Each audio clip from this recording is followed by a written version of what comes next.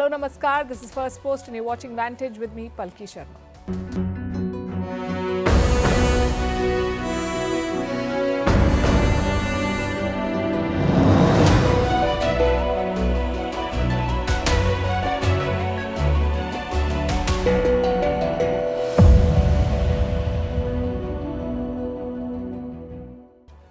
Ukraine has fired American ATACMS missiles into Russia. Moscow is flexing its nuclear muscle and the US has shut its embassy in Kyiv. After 1,000 days of fighting, is this war set to escalate? We'll look at what lies ahead. Meanwhile, China is keen to normalize ties with India. The foreign ministers and defense ministers of both countries have met this week on different occasions in different cities. There's talk of resuming direct flights and more. We'll bring you up to speed. In the Pacific, why is the US upgrading another military base to target China? It's the same place that was used to launch nuclear bombs on Japan in the Second World War. Has Qatar expelled Hamas leaders and why? Are Trump's appointments to the cabinet really absurd and controversial or just dramatic and overanalyzed? In India, the state of Maharashtra went to polls today. We'll tell you why it's such a big prize. Is energy security behind India's outreach to Guyana? Prime Minister Modi is there today. The story of Rafael Nadal and why it's an inspiration to all. Why Arab nations are investing in art and being criticized for it. And understanding obesity. Apparently people regain their lost weight because fat cells have memory. All this and more coming up. The headlines first. Big relief for former Pakistani Prime Minister Imran Khan. He gets bail in the case relating to the illegal sale of state gifts. But it is unlikely that Imran Khan will walk out of jail as he faces numerous other cases. The former Pakistani Prime Minister has been in jail since August last year. A suicide bomber targets Pakistani troops in Khyber Pakhtunkhwa province, rams an explosive-laden vehicle into a joint checkpost. More than 10 Pakistani soldiers killed. A breakaway faction of the Pakistani Taliban claims responsibility for the attack.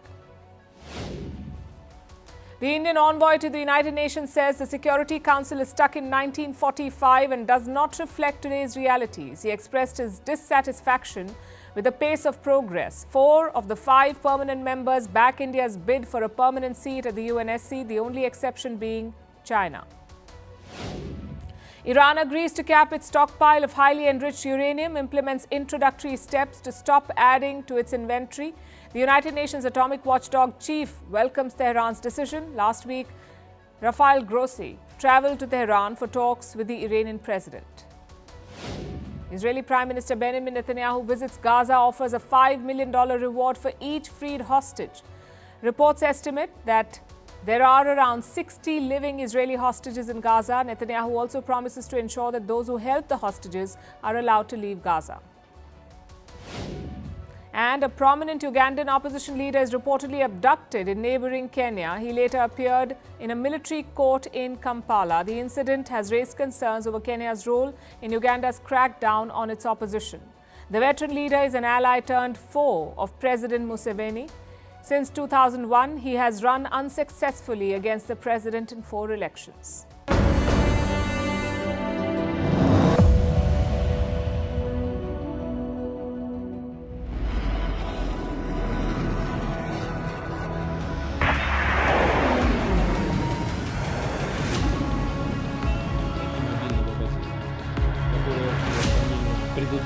Внимание!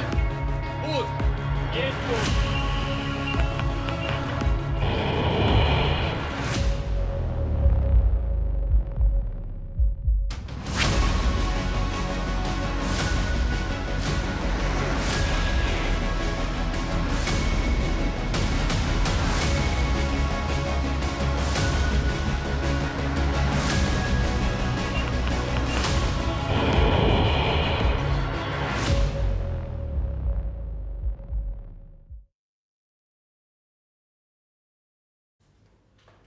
Escalate to de-escalate. It's an old playbook used by the Soviet Union. First, you raise the stakes very high, then you wait for the other side to blink, to de-escalate.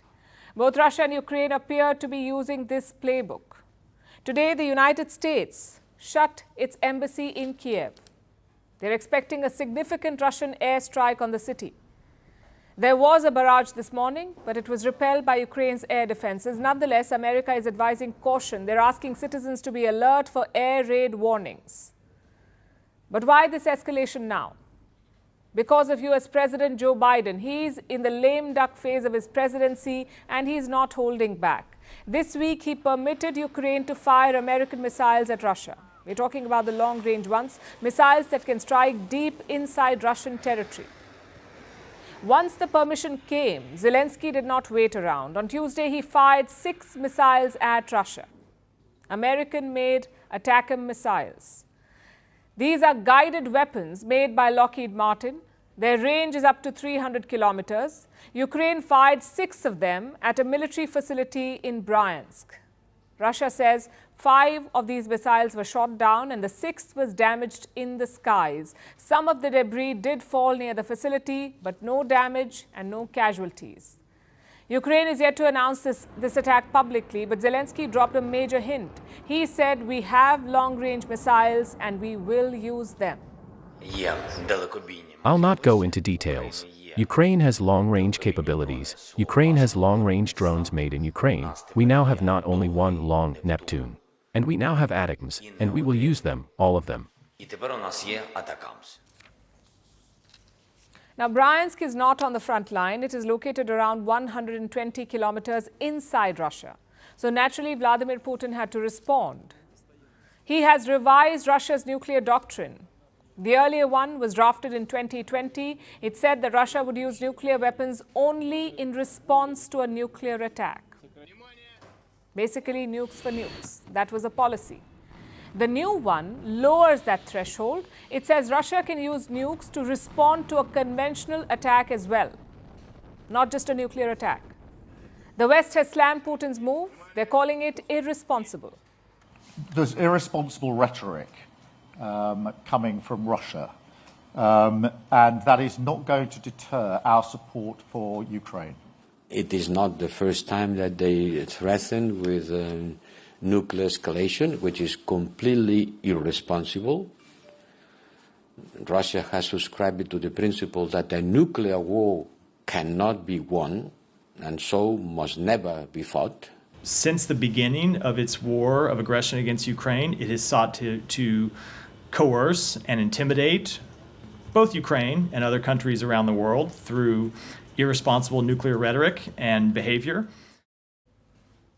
We have seen Putin do this before. Tweak his nuclear policy, hold drills with nuclear weapons, or threaten a nuclear escalation.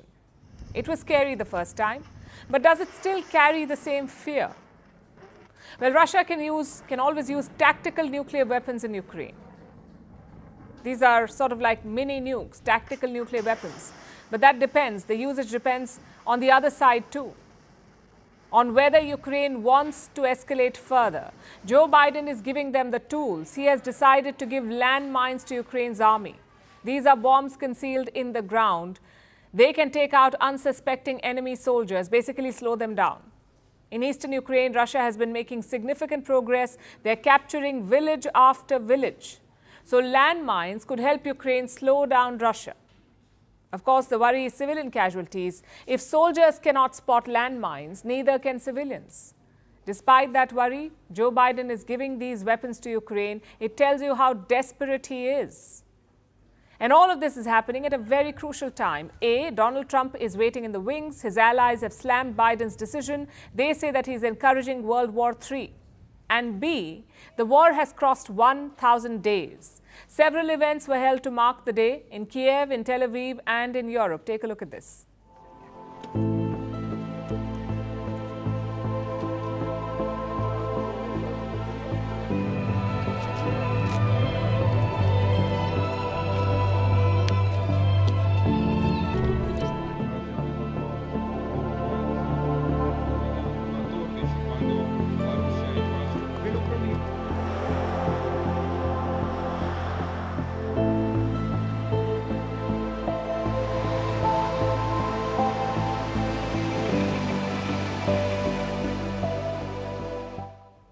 So what happens next? All clues point to an escalation. Ukraine says 100,000, 1 lakh North Korean soldiers could be deployed against them. If true, that's a huge number. Plus, the rest of the world is losing interest. Just look at what happened at the G20. The host, Brazil, cut short discussions on Ukraine. They approved the joint declaration one day in advance. That too, when Ukraine's allies were not in the room. The joint statement does not slam Russia for the war, nor does it include last year's crucial point. The Delhi G20 declaration said that this is not an era for war. The Rio declaration does not say this. So clearly the world is losing interest, and that sentiment will only be more pronounced when Trump takes charge, which is why both sides are in a hurry. They want to gain the upper hand before Trump forces them to the table. Reports say Russia is open to a ceasefire, but Putin has certain conditions. He won't give up the land seized by Russia. He will not allow Ukraine to join NATO, and he will not freeze the front lines. The president has also already said that some option of freezing this conflict will not work for us. It is important for us to achieve our goals, which are well known to everyone. The next couple of weeks promise to be tense. There are two things you should watch out for. The first is the signals from Europe. They have promised to support Ukraine regardless of what Trump does. Let's see if they follow it up. And chances are Russia will try to scare them off, perhaps by using hybrid tactics like cyber attacks or sabotage or assassinations.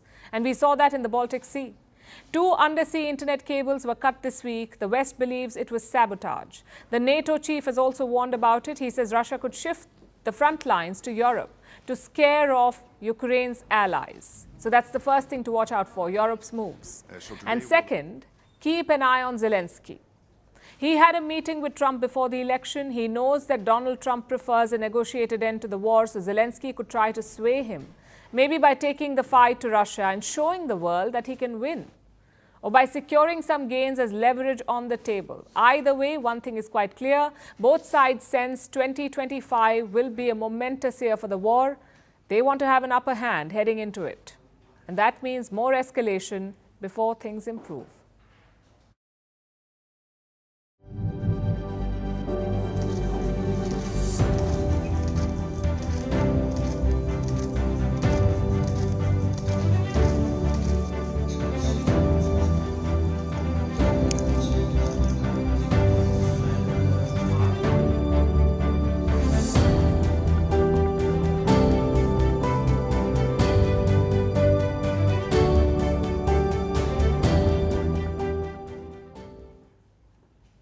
So the war in Ukraine is heating up. Meanwhile, India and China are mending ties. The thaw on the border has opened more doors for cooperation. China is eager for a quick return to normalcy.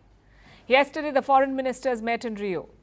That's S. Jaishankar from India and Wang Yi from China. They had a meeting on the sidelines of the G20 Summit in Brazil. And what did they talk about? Broadly 4 things. Number 1, resuming the Kailash Mansarovar pilgrimage. Number 2, sharing data on border rivers. 3, restarting direct flights between India and China. And 4, media exchanges. India and China are making headway on these fronts. The specifics are still being hashed out, but as tensions on the border ease, other aspects of the relationship are also being normalized. And China is particularly keen on the resumption of flights. Reports say Beijing is looking for a total reset. It wants to get back to doing business with India. That's the term they used, get back to doing business. And why is Beijing so eager? Thanks to the United States. China believes that ties with the US will worsen in the months ahead. In January, Donald Trump will be back in the White House. He has threatened a trade war with China. He wants to slap high tariffs on Chinese imports, tariffs as high as 60%. That's the promise that Donald Trump made during his election campaign. This week, Xi Jinping has warned against such policies. In an age of flourishing sci-tech revolution, neither decoupling nor supply chain disruption is the solution. Only mutually beneficial cooperation can lead to common development. Small yard, high fences is not what a major country should pursue. But China doesn't want to take any chances. So it is exploring alternatives, and India is an attractive one. Business owners in Shanghai, Shenzhen and Beijing are bullish on India. They are pushing for more trade and investment deals. And Wang Yi seems to have passed this message to S. Jaishankar. He also said that both sides need, and I'm quoting, more trust, more mutual trust and less suspicion. This is something that India's army chief has also been saying. That's General Upendra Dwivedi. Last month he said that the PLA, the Chinese military, needs to restore trust. And he's right. It was China that betrayed India's trust by disrupting peace at the border, by sending troops without provocation, and by repeated incursion attempts. So China will have to make amends. Almost a month since the border deal, the disengagement process is complete. Troops on both sides have pulled back from the last remaining flashpoints. Beijing says the progress has been smooth. According to the recently agreed solution between India and China on border-related issues, the frontline armies of both sides are implementing relevant work, with smooth progress so far. While disengagement is important, it's just the first step. The process of stabilizing the border is not complete yet. 2 more steps remain: de-escalation and deinduction of troops. What does that mean? Well, de-escalation means scaling down the overall troop presence on both sides, also fewer patrols. And then we have deinduction. Deinduction means relocating soldiers from forward positions, also pulling back heavy equipment from the region. India and China are still far from this stage. They've only completed the first step, disengagement. Troops have pulled back from close contact areas. The larger border remains heavily militarized, though, and considering China's track record, it could flare up again. If the PLA attempts another misadventure, the situation could easily become volatile. So India needs to remain cautious. Last month, Prime Minister Modi met Xi Jinping in Russia on the sidelines of the BRICS summit. It was their first bilateral meeting in 5 years. It happened right after the border agreement was announced. Now, Jaishankar has met Wang Yi in Rio, and India's defense minister has met his Chinese counterpart, that's Rajnath Singh and Dong Jun. This meeting happened today in Laos. We're waiting to see what came out of it, but it's safe to assume that the border situation was discussed. That's 3 high-level meetings in a month. Clearly, engagements have resumed at the top level. It's a positive sign. India must engage and hope to make progress without letting its guard down.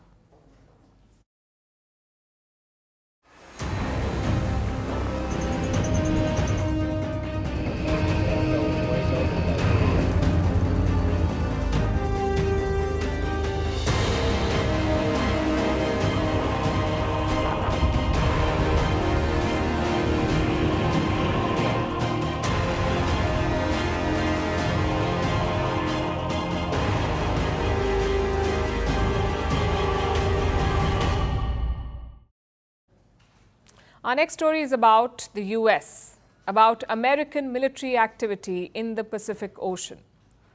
The US is upgrading its capabilities in the region. It is doubling up its offensive power. How? By resurrecting a deserted old airfield in the Northern Mariana Islands. First, take a look at what we are talking about.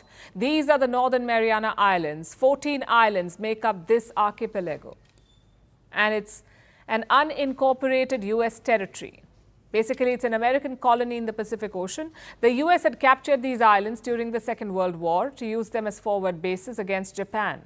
The Americans built 3 airfields in the Northern Marianas to house B-29 Super Fortress bombers, the same bombers that dropped nuclear bombs on Hiroshima and Nagasaki. Both the B-29s that bombed those Japanese cities took off from the Tinian Island. Tinian is one of the largest islands in the Northern Marianas, and it became the starting point for the nuking of Japan.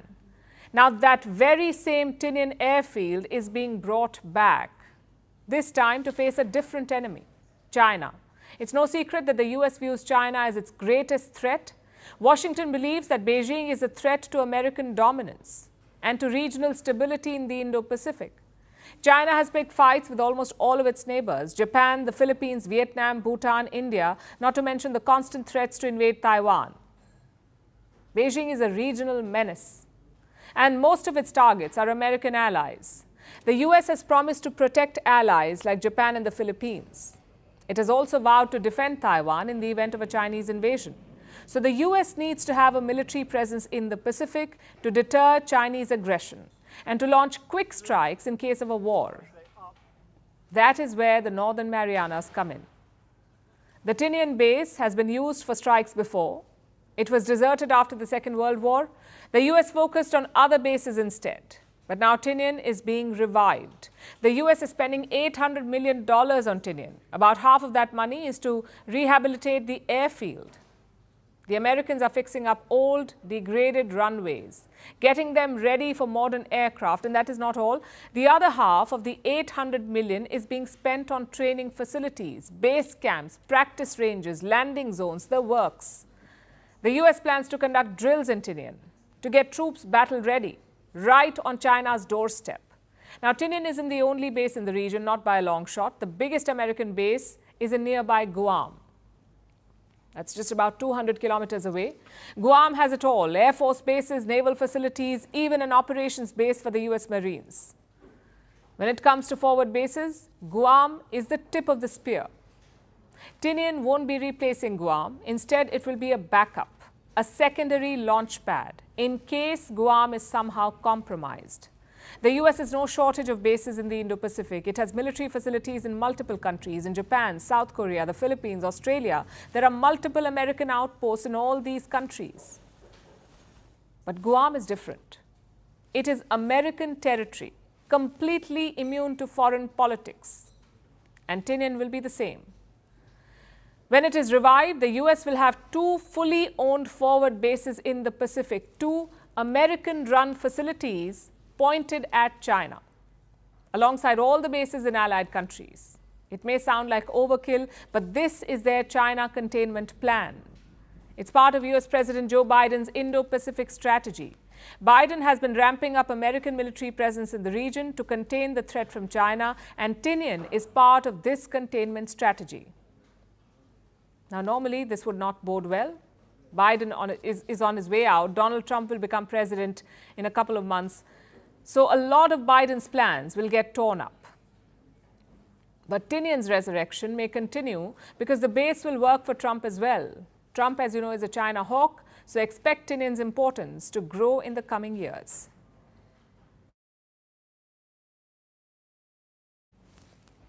For our next story, let's go back in history. The year was 2007. Hamas won the elections in Gaza. Most of the world did not recognize this win, except two countries, Turkey and Qatar.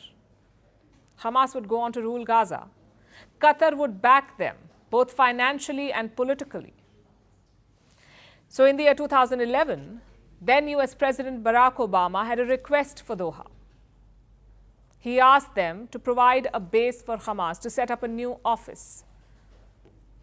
So Qatar's role was simple: to act as a mediator between Hamas and the world. So Hamas set up its political office in the Qatari capital of Doha. Its top leaders started living there, often in luxurious villas in the suburbs.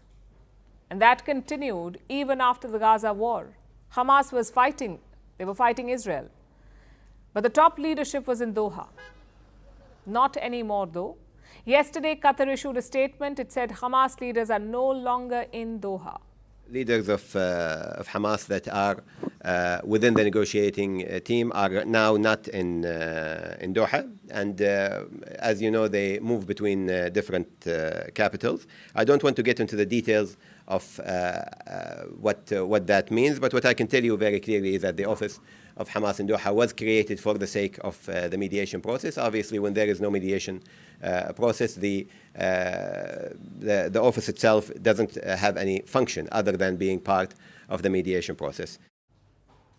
So the first question is, where did they go? Where are the Hamas leaders? As you heard him say, they're not in Doha. That's what Qatar says. They're not in Doha.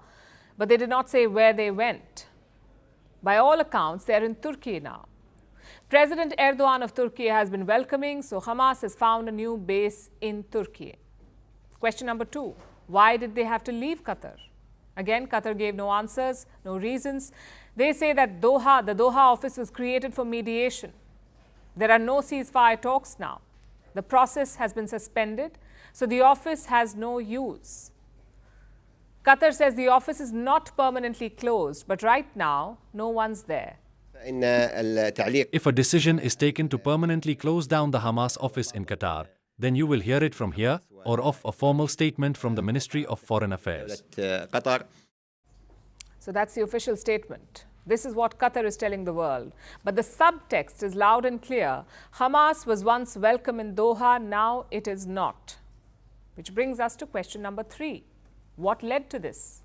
Like I said, Qatar backed Hamas for years. It gave them diplomatic support. It gave them a global platform via its state channel Al Jazeera, and it also gave them a lot of financial aid.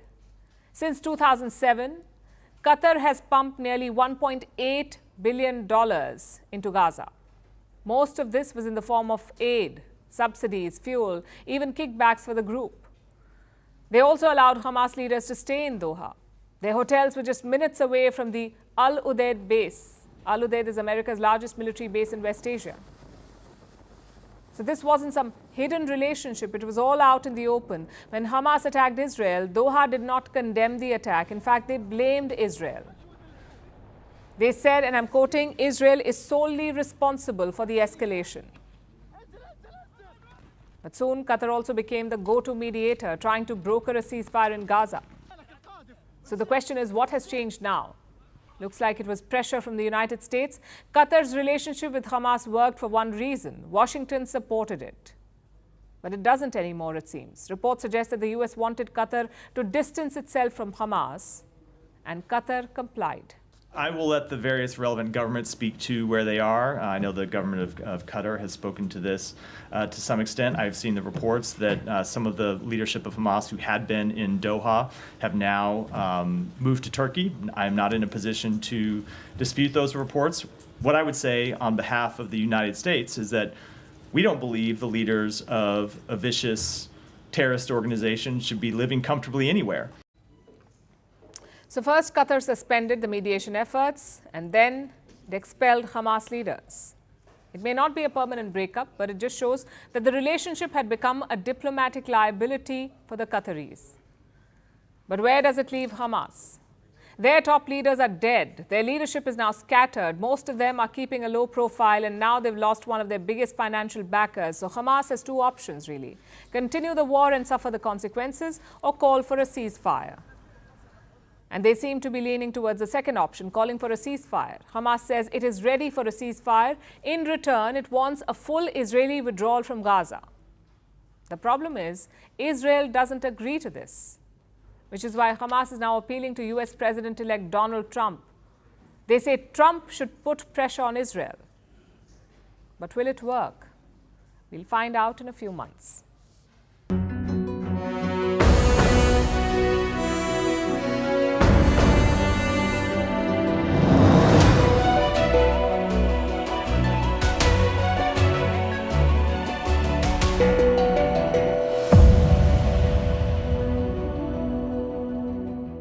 It'll be decisive. There won't be votes for others. Because it'll be this way or yes, that see, way. Even though there are 6 parties instead of 4, the choice before the voter is one of 2. Right. It's quite a binary choice. So it has to be either MVA or has to be Mahayuti. I think we've got Pankaja Munde with us. Pankaja ji, namaste. The numbers are just coming through.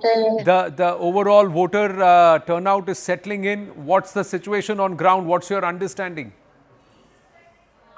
Frankly, I've been traveling all over the state. I've been campaigning for a lot of assemblies.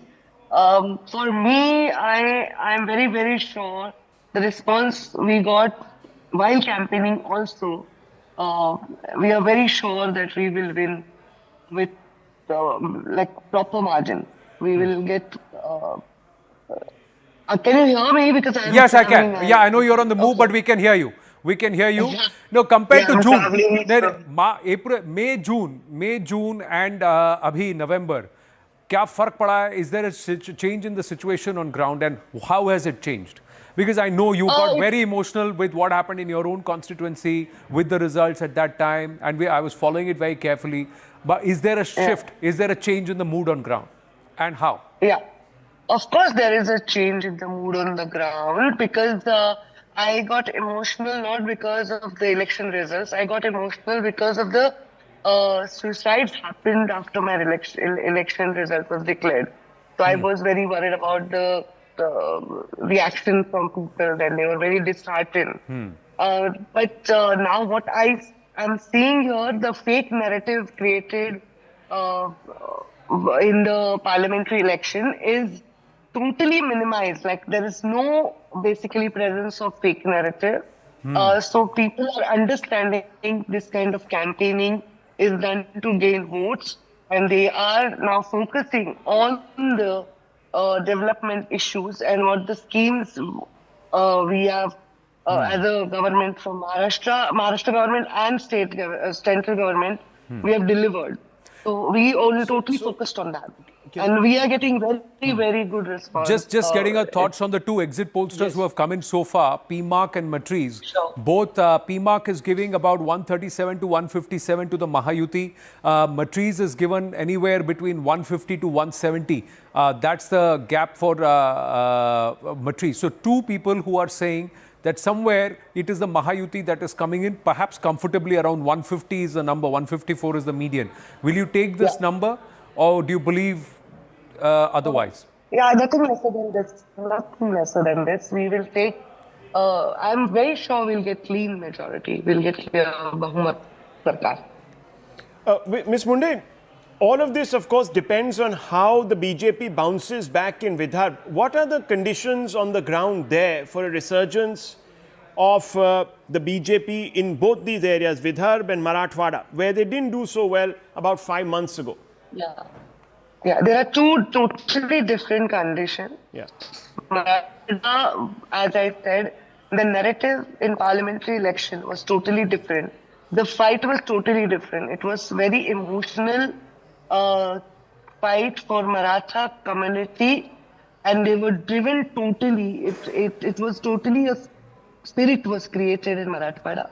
And Vidarbha, I'm saying, because Vidarbha we always been winning large number of seats. So basically maintaining the number is always again a different case altogether. So I'm sure we will not get lesser than what we had before. Rather, we'll win. आपका voter निकल के आया है पंकजा जी?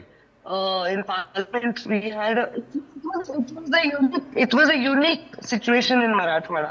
So in this election, what numbers you are seeing are also accumulating numbers of victory from Marathwada. So we are going to perform better than parliamentary elections. You believe your voter has come out this time around, the Mahayuti voter? Yeah. Our Mahayuti voter was little bit deviated. As I said, there was a unique situation and a spirit was created, which we did not see that kind of impact in this election. We definitely will regain the voters in the assembly election. And one more thing was different than parliamentary election. In parliamentary election, the fights were mostly straight fights. But here, these were 4, 5 members, 5 stalwart leaders are standing. Some of them have taken.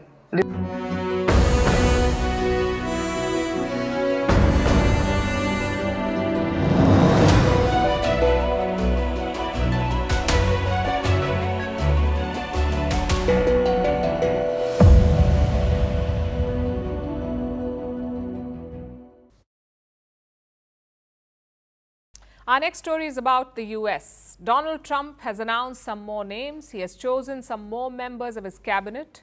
First, there's Linda McMahon, the nominee for Education Secretary. She's the former CEO of World Wrestling Entertainment, WWE. And she has an important job to dismantle her own agency and send education back to the states. During his election campaign, Donald Trump had promised to close the U.S. Department of Education. So now he has chosen a former wrestling CEO to give the department a tombstone pile driver. It is quite fitting. But as usual, Trump is facing criticism. His choices are big news around the world. Why do Donald Trump's picks cause so much controversy? Can he choose anyone he wants? And is he really doing something absurd? Our next report breaks it down. Linda McMahon is coming back. She will once again be a member of Donald Trump's administration. In 2016, she was chosen as the head of the Small Business Administration, America's SBA. This time, she will head the U.S. Department of Education. Linda McMahon is the former president and CEO of WWE. World Wrestling Entertainment. She ran the pro wrestling circuit along with her husband, Vince. The McMahons have a long history with Trump. Trump was once a regular celebrity guest on WWE. He even shaved Vince's head in the ring once. So their families are close. Linda was a part of the last Trump administration, and she will probably be Education Secretary this time around. There's only one thing standing in her way: a Senate confirmation. It doesn't matter that Linda McMahon isn't a member of the US Congress. It doesn't matter that she isn't known for her work in the education sector. And it doesn't even matter that her job will be to tear her own department down. None of that makes a difference in the American political system. If the president chooses someone for a top job, only the US Senate can stand in their way. And since the Senate is led by Trump's Republican Party, that shouldn't be an issue either. This is part of the reason why Trump's appointments keep making the news. Trump isn't shy about using the American system to his advantage. He can pick whoever he wants for the most crucial government roles, and they'll probably get the job. That's why you have vaccine skeptic Robert F. Kennedy Jr. coming in as America's health secretary. He'll be assisted by celebrity doctor and TV host Dr. Mehmet Oz. Trump picked Dr. Oz to lead America's Centers for Medicare and Medicaid Services, or CMS. The celebrity doctor will head an agency that received $1.4 trillion last year. Dr. Oz is a trained heart surgeon. He was once holed up for endorsing unproven weight loss pills, and he promoted anti-malaria medicine to fight COVID-19. Trump's opponents are accusing him of picking loyalty over ability and stuffing the government with his friends. But think about it for a second. How is this different from other parts of the world?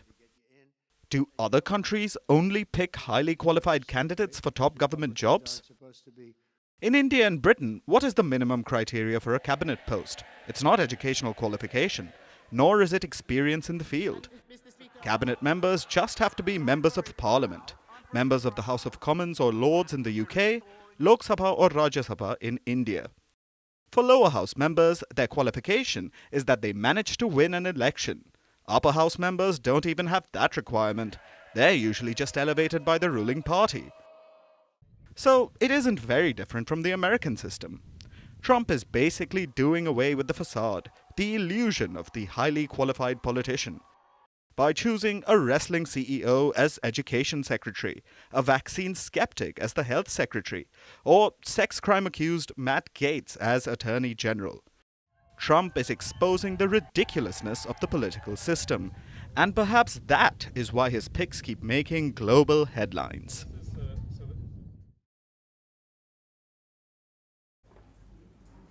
Did you check the Indian markets today?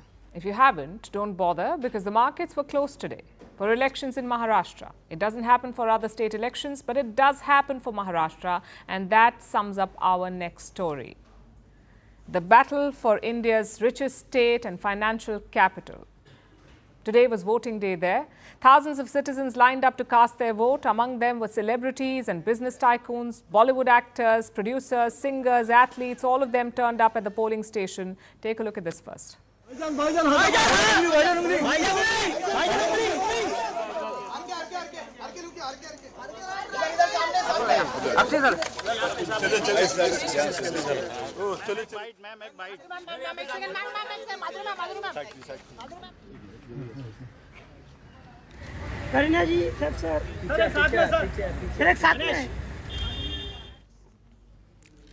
But the overall turnout was down around 58% last we checked. 58% voter turnout. To put that in context, the turnout was 61% in the last election. And now some background. Maharashtra has 288 assembly seats. So the majority mark is 145. That's what you need to get to form a government. There are two alliances in the fray. The first is the ruling Mahayuti. It includes Prime Minister Narendra Modi's party, the BJP, Chief Minister Eknath Shinde's party, the Shiv Sena, and a faction of the NCP, the Nationalist Congress Party. The second alliance is the Maha Vikas Aghadi. This includes the Congress Party, the Thackeray faction of the Shiv Sena, and another faction of the NCP. Sounds complicated, doesn't it? Well, it's a pretty muddled field in Maharashtra. You have family members contesting against each other, former party workers locking horns, and rivalries within alliances. The exit polls came out earlier today. This is what their average looks like. 151 seats for the ruling Mahayuti alliance, 129 seats for the Maha Vikas Aghadi, and 8 seats for other parties. Remember, these are exit polls, aka public enemy number 1 in recent times. They were wrong about the Lok Sabha election, also about the recent Haryana election. So keep that in mind. But why are we talking about it? On this show, we don't cover state elections in depth. So why this one? Well, because of two broad reasons. One, there's a lot at stake here. Like I said, Maharashtra is the richest state in India. Its economic output is $510 billion, which is higher than the GDP of countries like Egypt, Thailand, and the UAE. Maharashtra also makes up 14% of India's GDP, plus more than 40% of direct tax revenue.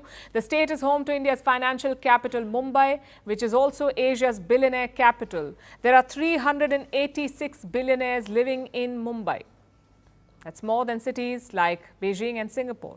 Then you have financial institutions. The Reserve Bank of India's headquarters is in Mumbai. So is the National Stock Exchange. All of this makes Maharashtra a tantalizing prize. That's one reason why this election is worth looking at. Secondly, it's extra dramatic. I know Bollywood is based in Mumbai, but even they cannot write scripts like this. Just look at what happened on Tuesday. A senior BJP leader was accused of distributing cash in exchange for votes. He was staying at a hotel near Mumbai. Opposition workers and cops barged into the hotel. They caught him with bundles of cash. Take a look at this.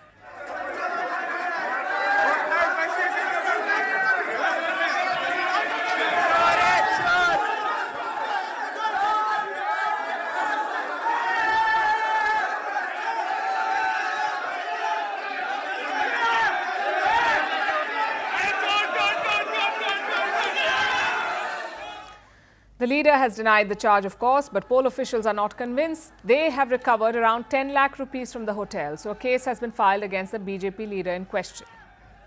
Then today, another row broke out, this time involving the opposition.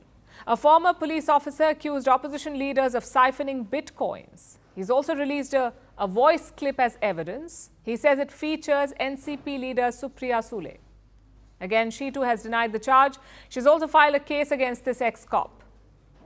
Now remember when all of this is happening. The first incident happened hours before polls opened. The second one happened today during voting. It tells you how intense the battle is. But it also reveals a deeper problem, the problem of money in elections. In 2019, poll officials seized 103 crore rupees from Maharashtra. This is cash plus liquor plus drugs plus freebies. Basically, illegal vote-catching incentives. And this time they seized more than 660 crore rupees, which is more than 6 times higher than 2019. If this is because of extra vigilance than the last time, great. But if it's because money power is growing, it is bad news. Along with Maharashtra, the state of Jharkhand also voted today. This is the second round of state elections after the general election in India. We'll get the results on Saturday. It promises to be a super weekend.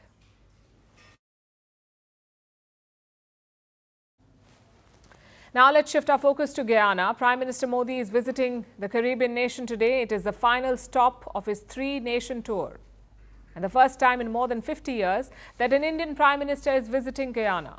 His itinerary is packed. Prime Minister Modi will meet leaders from 15 Caribbean nations. He's also set to receive the top honors of Guyana and Barbados. It is a sign of India's deepening ties with the Caribbean. But why is this region becoming so important for India? Is this about India's growing need for oil and its push for energy security? Here's our report. Guyana was independent for just 2 years when Indira Gandhi visited this Caribbean country in 1968. It was a different era, and Guyana was a different country then. Today, it is witnessing an extraordinary economic boom. Just like India, Guyana is among the world's fastest growing economies. Both countries want to leverage each other's strengths. Thanks to their strong historical and cultural ties, India and Guyana are ready to write a new chapter in this relationship.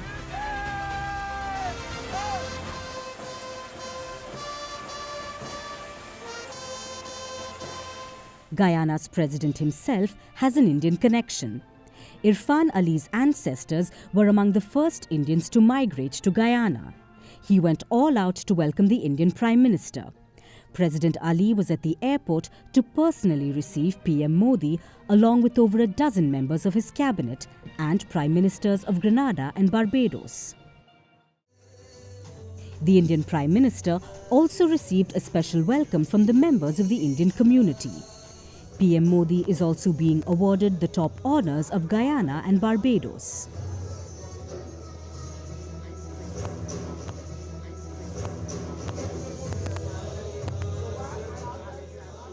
The Indian community serves as a bridge between the two nations. About 40% of Guyana's population is either Indian or of South Asian origin. This has allowed India to develop a deep relationship, especially on the energy front. It is believed that Guyana has 11 billion barrels worth of oil reserves. This puts the Caribbean nation among the top 20 with the largest oil reserves globally, and on par with countries like Norway, Brazil and Algeria. India imports around 80% of its crude needs. It needs diverse sources for crude, and Guyana could be a stable option. Of understanding on the area of health. So India is making strategic investments in Guyana. Earlier this year, both countries signed an agreement. It involves Indian companies like ONGC, which is India's state-owned and largest oil and gas company. They can get involved with Guyana's booming oil industry, participate in exploration, production and refining of crude. India to enhance bilateral collaboration in the hydrocarbon sector. Similarly, India is investing in the defence forces of Guyana. Before Prime Minister Modi's arrival, Guyana commissioned 2 aircraft from India. These will be used to conduct aerial surveillance. New Delhi had extended a line of credit for these aircraft to Guyana. Energy and defence form the 2 main pillars of this relationship. Both leaders are expanding on these fronts with more bilateral agreements and greater cooperation. With this visit, India appears ready to expand its global footprint.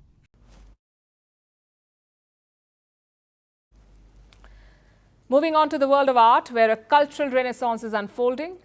Leading the charge is West Asia. From Riyadh to Abu Dhabi, the region is taking claim as the next global hub for art. Saudi Crown Prince MBS is buying the world's most expensive painting. Sotheby's will hold its first auction in the country. Qatar is building a mammoth art collection. Abu Dhabi is investing heavily in museums. So cultural pivot is truly underway, but not without some criticism and allegations of art washing. Our next report tells you why. It started out as any other auction for Christie's. The painting being sold, the Salvator Mundi. It's Latin for Saviour of the World. For centuries, it was believed to be a copy or a work of one of Leonardo da Vinci's assistants. But that changed in 2005. A consortium of art dealers believed it was an authentic Da Vinci painting. Many dubbed it the male Mona Lisa. So in 2017, it went under the hammer. The bid started at $100 million. Soon, it hit $200 million. In the auction room, the crowds gasped. 200 became 300 and then 400. But the bidding continued. At $450 million, it finally ended. Salvator Mundi was not just sold, it became the most expensive artwork ever to appear at an auction. Since then, it's not been seen in public, which begs the million-dollar question, what happened to the Salvator Mundi? It's believed that the painting was bought by Crown Prince Mohammed bin Salman, and he has grand plans for it. MBS is planning to build a grand museum in Riyadh, sort of like the Louvre, and the star attraction will be the Salvator Mundi. What Mona Lisa is for the Louvre, this painting will be for the Saudi Museum. There's no official confirmation yet, but it's hard to deny that a cultural wave is sweeping through the sands. Take the Sotheby's, for example. It's a global art titan, one of the oldest and most recognizable firms of fine art auctioneers in the world. $3 million. Sotheby's is making history with its first ever auction in Saudi Arabia. It is scheduled for the 8th of February in Diriyah. The auction will feature everything from Saudi fine art to luxury collectibles, signaling a shift in the region's art market ambitions. Of course, this cultural pivot isn't accidental. Saudi Arabia is funneling billions of dollars into art initiatives. It's part of its Vision 2023, moving away from oil and diversifying its economy. Take the Museum of World Cultures, for example. It's set to open in 2026, and it wants to rival the Louvre. The former British museum head is going to lead this museum. Also, Riyadh isn't alone. Across West Asia, nations are leveraging art to redefine their global identities. Abu Dhabi has invested heavily in the Louvre Abu Dhabi. Qatar is building one of the world's most extensive museum collections. Christie's already has a base in Dubai. Art Basel, another big name in the art world, wants to run the Abu Dhabi Fair. But not everyone is convinced. Critics argue that Saudi Arabia's cultural investments are a classic case of art washing, or using art to distract from its controversial human rights records. The criticism comes from Western institutions, the very same ones that house collections built on colonial looting. So it's almost ironic. And many say it's a case of sour grapes. Art has long been a tool of soft power. Until now, the West were the self-proclaimed guardians of the art world. For years, the Gulf countries were just a market for art. But now, West Asia is trumping them, no pun intended.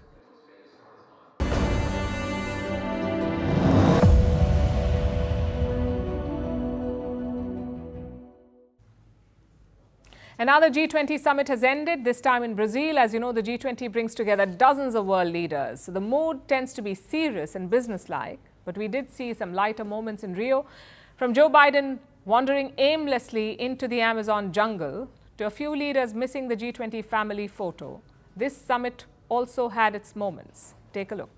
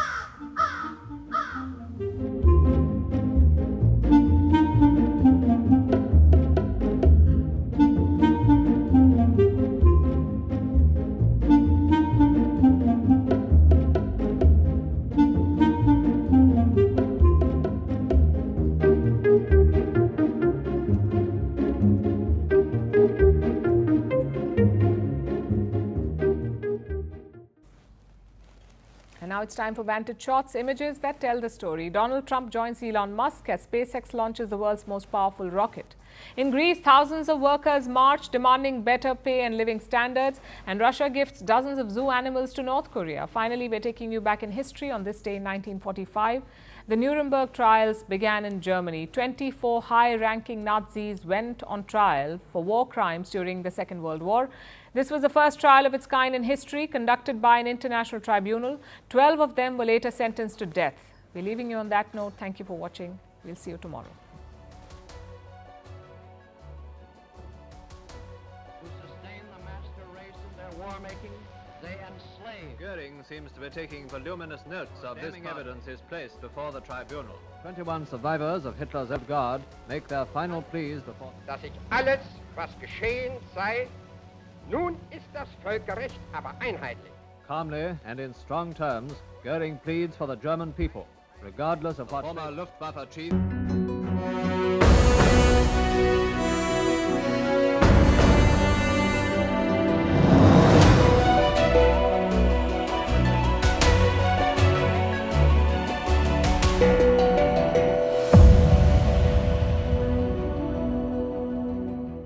It'll be decisive. There won't be votes for others. Because- It'll be this way or Yes. that See, way. even though there are 6 parties instead of 4, the choice before the voter is one of 2. It's quite a binary choice. So it has to be either MVA or has to be Mahayuti. I think we've got Pankaja Munde with us. Pankaja ji, namaste. The numbers are just coming through. The overall voter turnout is settling in. What's the situation on ground? What's your understanding?